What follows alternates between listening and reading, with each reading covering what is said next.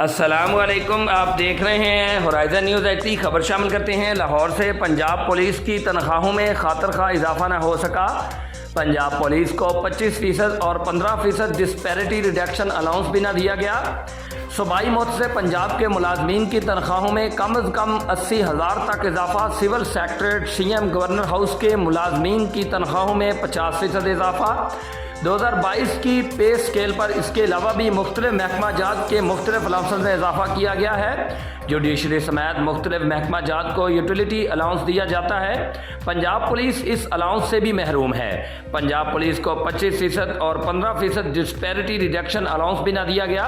Punjab police का ration allowance सिर्फ 1038 रुपये है। बताया जाए कि इन पैसों से क्या बंदा पूरे महीने खाना खा सकता है, जबकि मुलाजमीन को कम अज़ कम 2 वक्त का घर से बाहर दौरान ड्यूटी खाना खाना पड़ता है। पंजाब पुलिस का लॉ एंड ऑर्डर अलाउंस 2008 की सतह पर मुंजमद है, जो कि एक कांस्टेबल का 3,530 रुपये है, जबकि KP पुलिस ने के कांस्टेबल का रिस्क अलाउंस 7,500 रुपये और दूसरे सूबाजात का अलाउंस भी पंजाब पुलिस से ज़्यादा है। नई पंजाब गवर्नमेंट से इस्तदा है कि पंजाब पुलिस को दूसरे महकमा जात की तरह राशन अलाउंस को ख़त्म करके यूटिलिटी अलाउंस दिया जाए।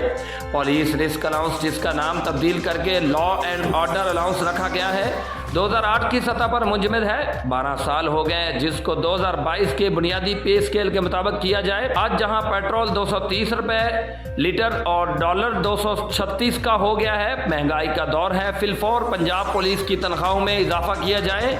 नए IG साहब से तमाम मुलाजमीन पर बहुत ज़्यादा उम्मीद है।